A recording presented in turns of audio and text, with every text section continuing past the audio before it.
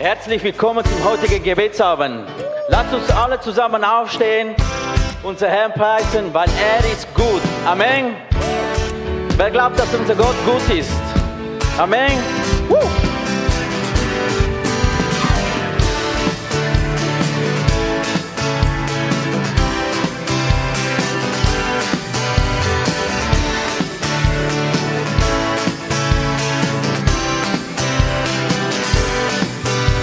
Señor, eres fiel y tu misericordia eterna.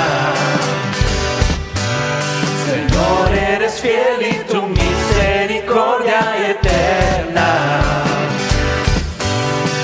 Gente de toda lengua y nación, de generación a generación, te adoramos hoy. Aleluya, aleluya, te adoramos hoy. Eres Señor. Te adoramos hoy. Aleluya, aleluya, te adoramos hoy. Eres Señor. Herr, du bist gut. Herr, du bist gut, deine Gnade, sie währet für immer. Herr, du bist gut, deine Gnade, sie währet für immer. Alle zusammen. Aus allen Völkern, aus jeder Nation, von Generation zu Generation, wir feiern dich. Halleluja, Halleluja, wir feiern dich, denn du bist gut. Wir feiern dich. Halleluja, Halleluja, wir feiern dich, denn du bist gut. Du bist gut. Alle Zeit. Alle Zeit bist du gut. Du bist gut. Alle Zeit bist du gut. Eres fiel. Eres fiel, siempre fiel, siempre fiel. Eres fiel, eres fiel, siempre fiel, siempre fiel. Eres fiel. Herr, du bist gut, deine Gnade, sie währet für immer. Herr, du bist gut, deine Gnade, sie währet für immer. Alle zusammen. Herr, du bist gut, deine Gnade, sie währet für immer. Herr, du bist gut, deine Gnade, sie währet für immer. Aus allen Völkern, aus jeder Nation, von Generation zu Generation, wir feiern dich. Halleluja, Halleluja, wir feiern dich, denn du bist gut. Amen. Wir feiern dich. Halleluja, Halleluja, wir feiern dich, denn du bist gut. Du bist gut. Du bist gut.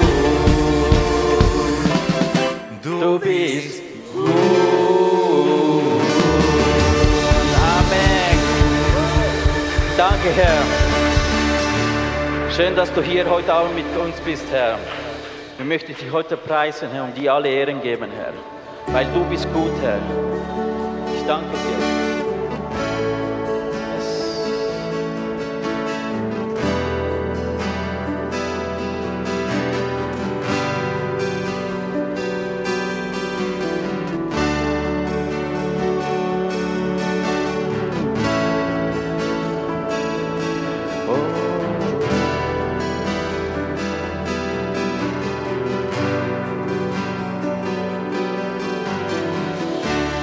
Venho hoje derramar meu sorriso, meu pesar, essa minha entrega essa minha entrega, aos teus pés abandonar, eu meu creio, meu lugar, essa minha entrega. Toma o teu lugar e reina sobre a minha vida, e reina sobre a minha vida. Toma o teu lugar e reina sobre a minha vida, e reina sobre a minha vida.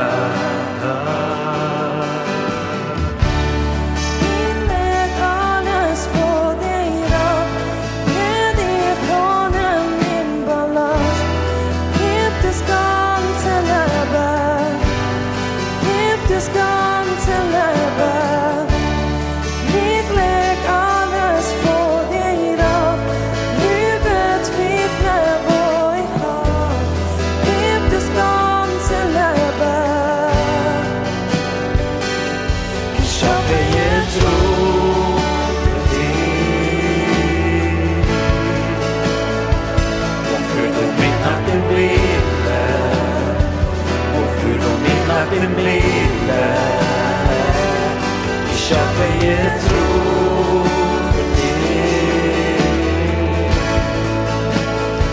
und führe mich nach dem Wille, und führe mich nach dem Wille.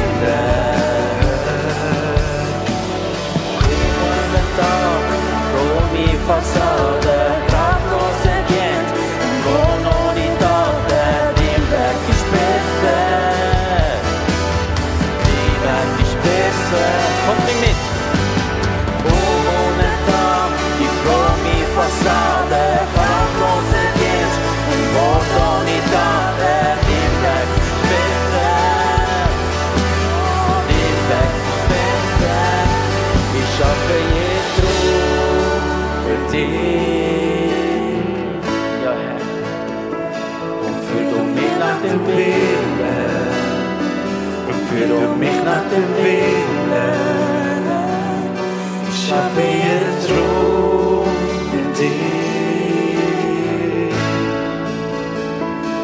Führe mich nach dem Wille, und führe mich nach dem Wille.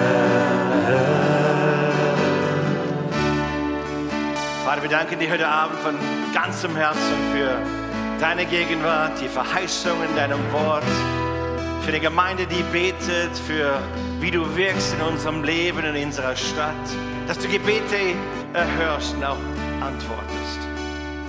Herr, so viel, wenn wir in unserem Leben zurückschauen, können wir dankbar sein. Du hast uns errettet, du hast uns geheilt, du hast Beziehungen wiederhergestellt. Herr, ich danke dir so sehr für einfach, dass du bist. Heute Abend sagen wir lieben dich von ganzem Herzen, Herr. Du bist treu, du verlässt uns nie, nie. Auch wenn wir von dir ein bisschen absteuern, du bist immer präsent. Und heute Abend deine Gegenwart, so schön, mit dir zusammen heute als Gemeinde einen großen Gott, unseren großen Gott anzubeten, groß zu machen. In Jesu Namen. Amen, Amen. Halleluja. Hey, bevor du dich hinsetzt, sag deinem Nachbarn, ich bin so froh, bist du hier mit mir heute Abend. Dann darfst du dich gerne setzen.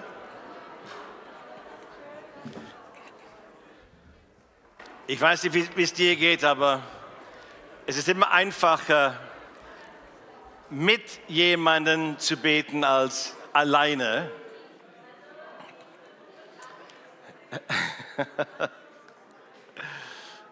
Alright. Hey, ganz herzlich willkommen. Wir sind im Endspurt.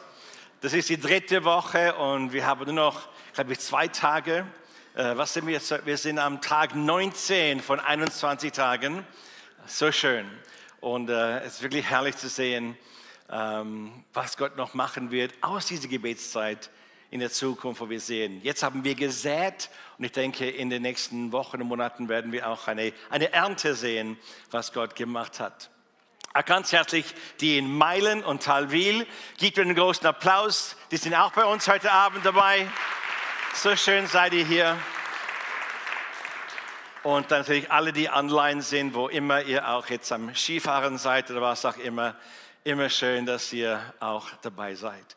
Wisst ihr, dass wir jeden Abend so um die 100, 120, immer über 100 Leute, die dabei sind. Das sind nicht die einen Glauben haben wie ihr, wo im Saal seid, aber nein, macht nur Spaß. Schön sind Sie dabei, wir sind alle eins. Es gibt keine Distanz im Heiligen Geist. Amen. Aber kommt trotzdem zurück morgen Abend, genau. Hey, wir sind diese Woche in der Waffenrüstung und heute Abend ganz speziell habe ich ein Thema, was mir sehr am Herzen liegt. Es ist das Schwert des Geistes. Und ich weiß, als ich so einen Männerkurs gemacht habe, da hatten wir kein Diplom bekommen, wir hatten ein Schwert bekommen mit meinem Namen drauf, das Schwert von, ich weiß nicht was, Salomon oder wer immer. Aber für uns als Männer, das ist schon, ja, das ist etwas Gewaltiges, besser als ein Stück Papier an der Wand. Und jeder Mann, der zu uns kommt ins Haus und diesen Schwert dann sieht, fragt er immer, hey Mann, wo hast denn das Schwert her? Bin ich froh, hast du gefragt, weil es gibt so einen Männerkurs, der nachher dieses Schwert ausgibt.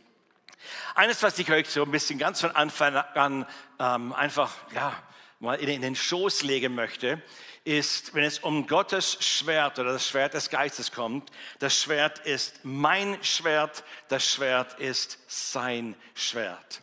Und ihr werdet durch diese nächsten paar Minuten, wenn ich das Wort ein bisschen öffne, erkennen, was ich wirklich damit aussagen möchte.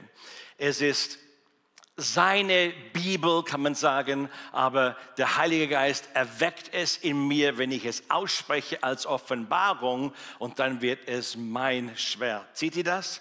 Und dann nur so kann das Schwert wirklich auch das bewirken, was Gott dazu geplant hat. Hey, unser Vers heute Abend ist im Epheserbrief, Epheser 6, Vers 17 und anfangs 18.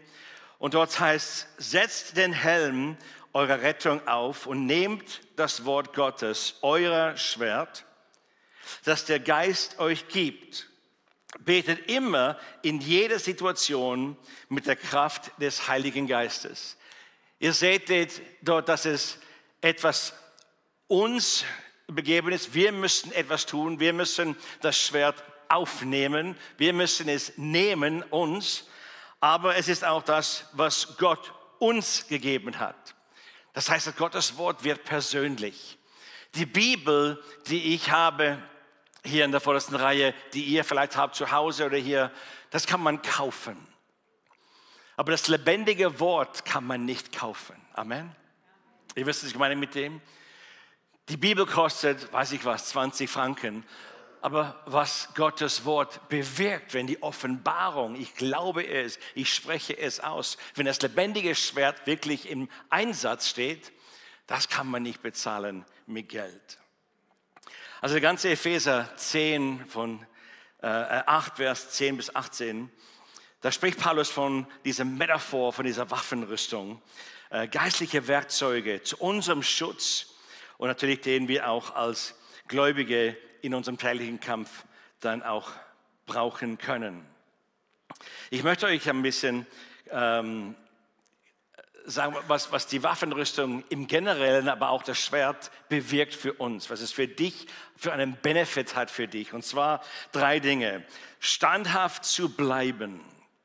Das heißt, deine Position zu verteidigen. Du bist ein Gotteskind. Du bist gesalbt und gesandt und er lebt in dir, du in ihm, er in dir. Du bist ein mächtiger Kämpfer in Gott.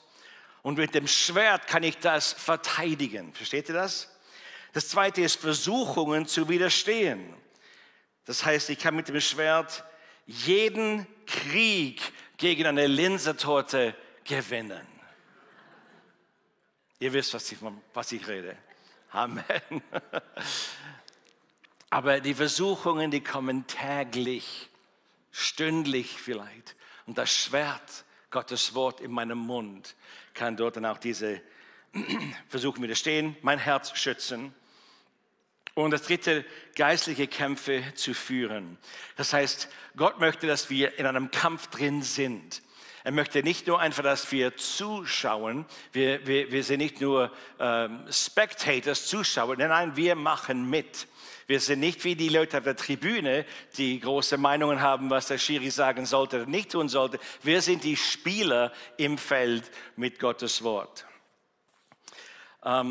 Denkt mal an zwei verschiedene Aspekte, wenn ihr betet heute Abend mit Gottes Wort. Nummer 1 ist das die Macht von Gottes Wort. Gottes Wort ist mächtig. Gott sprach und da ging was. Amen. Seid ihr hier heute Abend? Ach, da seid ihr. Okay. Gott sprach. Nein, ich weiß, ihr seid alle hier. Aber wenn wir Gottes Wort sprechen, wenn wir es aussprechen, dann geschieht was. Das sollte unsere Erwartung sein. Gleich wie wenn Jesus es sprach, wenn wir seine Worte nehmen, glauben, bekennen, deklarieren, die gleichen Resultate kommen. Hier, schaut mal im Hebräer 4, Vers 12. Das Wort Gottes ist lebendig und wirksam. Es ist schärfer als das schärfste Schwert und durchdringt unsere innersten Gedanken und Wünsche. Es deckt auf, wer wir wirklich sind und macht unser Herz vor Gott offenbar. Es ist ein lebendiges Wort und wirksam. Das heißt, es ist nur wirksam, wenn es lebendig ist. Dreh zum Nachbarn und sag, hast du das gehört? Frag mal den Nachbarn, hast du das gehört? Das heißt, wenn es lebendig ist, dann ist es wirksam. Wenn es nicht lebendig ist, ist es nur ein Buch auf dem Kaffeetisch. Und es ist schärfer als das schärfste Schwert. Ich weiß noch, als ich die Lehre angefangen habe als Koch. Und wir hatten da so einen Victorinox-Koffer mit all meinen Messern drin. Und das war wirklich sehr speziell. Und was ich gelernt habe über die Jahre, die ich in der Küche gearbeitet habe, ist, wenn das Messer stumpf ist, ist eine größere Gefahr, dass du dich schneidest, denn wenn es scharf ist. Das heißt, du schneidest dich selten mit einem scharfen Messer, du schneidest dich eher selbst, wenn es stumpf ist. Ein bisschen ein Paradox im Kopf, ich weiß, aber es stimmt. Das heißt, wenn ich Gottes Wort in mir habe und es ist stumpf, es ist nicht lebendig und ich möchte es irgendwie versuchen, zu beten, aber nichts geschieht, ich kann mich selbst schneiden, kann man sagen, mit dem. Aber wenn es scharf ist, wenn es wirklich lebendig ist in mir drin und ich spreche es out mit Kühnheit und mit Überzeugung und ich weiß, dass dieses Wort von Gott gekommen ist, dann habe ich auch eine Erwartung. Seht ihr denn den Unterschied dort? Okay. In der anderen Gemeinde sagen sie immer Amen, aber hier, ich weiß nicht, ob es ihr Amen sagt. Das Zweite, was ich euch sehen möchte heute Abend und dass ihr mal mitbeten könnt in einer halben Stunde, ist, dass die Macht, wenn wir Gottes Wort beten, etwas geschieht, etwas bewegt sich, wenn wir Gottes Wort aussprechen. Es ist nicht meine Meinung, die wir beten müssen oder deine Meinung oder das Letzte, was ich gehört habe am Internet. Nein, es muss eine Offenbarung sein, das Wort muss lebendig in mir sein. Und wenn ich das ausspreche, das ist mighty, das ist kräftig. Jesaja 45,11, eines meiner liebsten Verse im Alten Testament. So wird mein Wort sein, das aus meinem Mund hervorgeht. Es wird nicht leer zu mir zurückkehren, sondern es bewirkt, was mir gefällt oder was mit mir übereinstimmt und führt aus, wozu ich es gesandt habe. Das heißt, Gott hat einen Auftrag, einen Befehl auf sein Wort gelegt, dass wenn dieses Wort lebendig und wirksam ist und es gesandt wird, dann muss dieses Wort das bewirken, wozu es gesandt worden ist. Also ich weiß nicht, wie es euch geht, aber wenn ich diese Offenbarung habe, dann werde ich wahrscheinlich eher beten möchten und stark beten, mit Überzeugung beten, Gottes Wort beten. Wie viele Gebete denkt ihr, dass ihr schon gebetet habt? Das Wort ist immer noch am Arbeiten und ihr habt vielleicht schon lange vergessen, was ihr gebetet habt. Ich möchte euch ermutigen, Gottes Wort ist lebendig. Es stirbt nicht ab. Das heißt, die Gebete, die ihr vielleicht schon von 2, 3, 4, 5 Jahren, was immer gebetet habt, vielleicht schon fast aufgegeben habt, das Wort hat es noch nicht aufgegeben, weil das Wort hat ein Mandat vom Himmel. Es muss das bewirken, wozu es gesandt worden ist. Es darf nicht zurückkommen leer. Amen, Desmond. Super. Okay. Ich hoffe, ihr betet mit mehr Umf, als ihr mir Amen sagt. Das ist, macht nur Witz. Wisst ihr, der Teufel hat keine Angst vor deinen Worten. Aber er ist gelähmt vor Angst, wenn er Gottes Wort hört. Deine Worte, imponiert ihm überhaupt nicht. Aber wenn du Gottes Wort sprichst, das macht einen Unterschied. Siehst du, du kannst ein Gewehr haben und das Gewehr deinem Feind zeigen. Wenn er weiß, keine Kugeln sind drin, dann kann er da, es ist ihm egal. Oder wenn du Kugeln hast, aber kein Gewehr und du schmeißt die Kugeln an ihm, das macht ihm auch nichts aus. Aber wenn du Kugeln und Gewehr hast, that's a different story. Dann hat er Angst. Und genau das mit dem Feind auch. Wenn man Gottes Wort hat, mit Glauben verbindet und dann die Ladung in den Mund nimmt und dann schießt dieses Gottes Wort, dann hat er Angst. Dann ist er terrorisiert. Er hat so große Angst vor Gottes Wort. Deshalb hier noch 3 Schriftstellen, die ihr auch beten könnt, wo es sagt, in Jakobus 4, Vers 7 und 8, unterstellt euch Gott und widersetzt euch dem Teufel, dann muss er von euch fliehen. Sucht die Nähe Gottes, dann wird er euch ganz nah sein. Wascht die Schuld von euren Händen, ihr Sünder, und gebt euch Gott von ganzem Herzen hin, ihr Unentschiedenen. Also ich weiß nicht, wie es euch geht, aber ich bin entschieden. Ich bin entschieden, dass Gottes Wort in mir lebendig sein wird. Und ich habe mich entschieden, dass ich Gottes Wort auch sprechen werde. Noch 2 Schriftstellen, dann lasse ich euch beten. 1. Petrus 5, Vers 8 und 9. Seid nüchtern und wacht. Euer Widersacher, der Teufel, geht umher wie ein brüllender Löwe und sucht, wen er verschlingen kann. Aber dem widersteht standhaft durch den Glauben, da ihr wisst, dass dieselben Leiden sich an eurer Bruderschaft in der Welt vollziehen. Ich werde diese Schriftstelle nachher auf der Leinwand haben, damit ihr die ausbeten könnt, während wir zusammen beten. Und genau das natürlich Jesaja 55, 11, dass ihr das auch beten könnt. So wird mein Wort sein, so wird mein Wort sein, das aus deinem Mund heute Abend hervorgeht. Es wird nicht leer zu Gott zurückkommen, aber es wird das bewirken, was ihm gefällt. Was gefällt ihm? Seine Verheißung, sein Bund, sein Versprechen, das gefällt ihm. Gottes Wort, das gefällt ihm. Und führt aus, wozu ich es gesandt habe. Also heute Abend, was immer ihr beten möchtet, und ihr könnt mit diesen 3 Dingen anfangen. Wo bin ich jetzt hier? Genau, standhaft zu bleiben, Versuchungen zu widerstehen, geistliche Kämpfe zu führen. Und das könnt ihr auch über euch beten, das könnt ihr über eure Gemeinde beten, eure Familie beten, das könnt ihr über verschiedene Situationen beten. Aber dass ihr Gottes Wort dann benutzt, wenn es Heilung ist.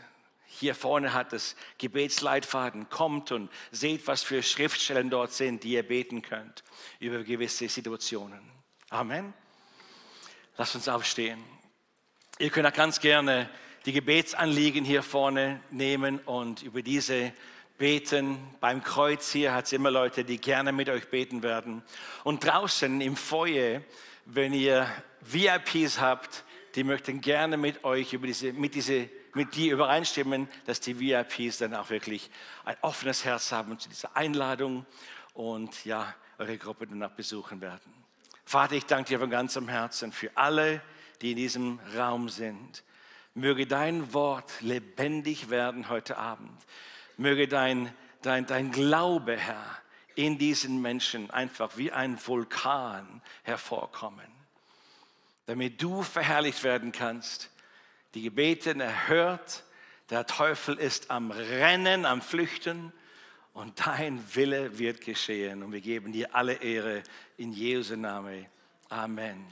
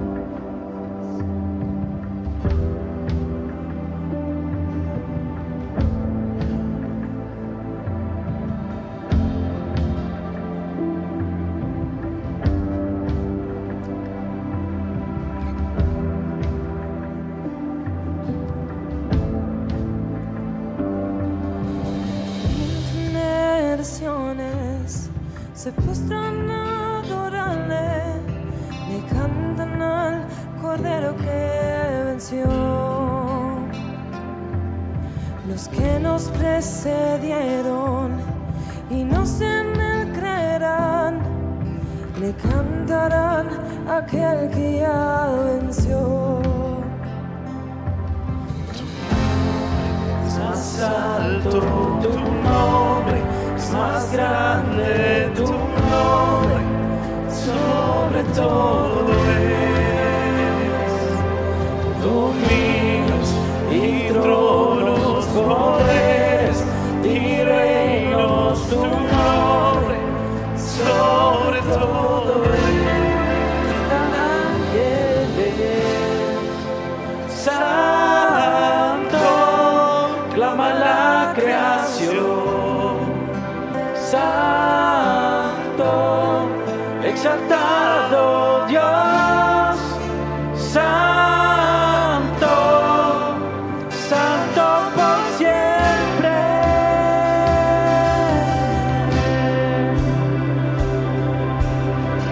You've been forgiven, and if you've been redeemed, sing the song forever to the Lamb. If you walk in freedom, and if you bear His name, sing the song forever to the Lamb. We'll sing the song forever and amen, and the angels cry, holy, all creation cries, holy, you are lifted high, holy, holy forever. To your people sing, holy, to the King of Kings, holy, you will always be, holy, holy forever.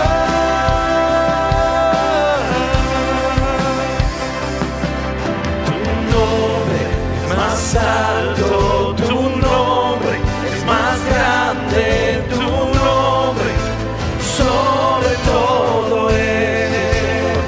Te levantamos. Dominios y tronos, poderes y reinos, tu nombre sobre todo es.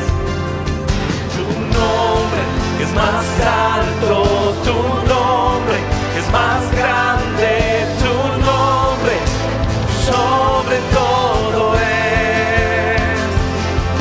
Dominios y tronos, poderes y reinos, tu nombre sobre todo es. Cantan ángeles, santo, clama la creación. Santo, exaltado Dios. Santo, santo por siempre. Canta el pueblo al Rey. Santo, soberano es Él. Santo, por siempre serás. Santo, santo por siempre. Siempre serás. Santo, santo por siempre.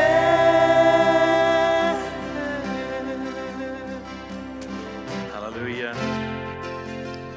Halleluja, halleluja. Danke, Jesus. Danke, Jesus. Halleluja. Hey, wir möchten gerne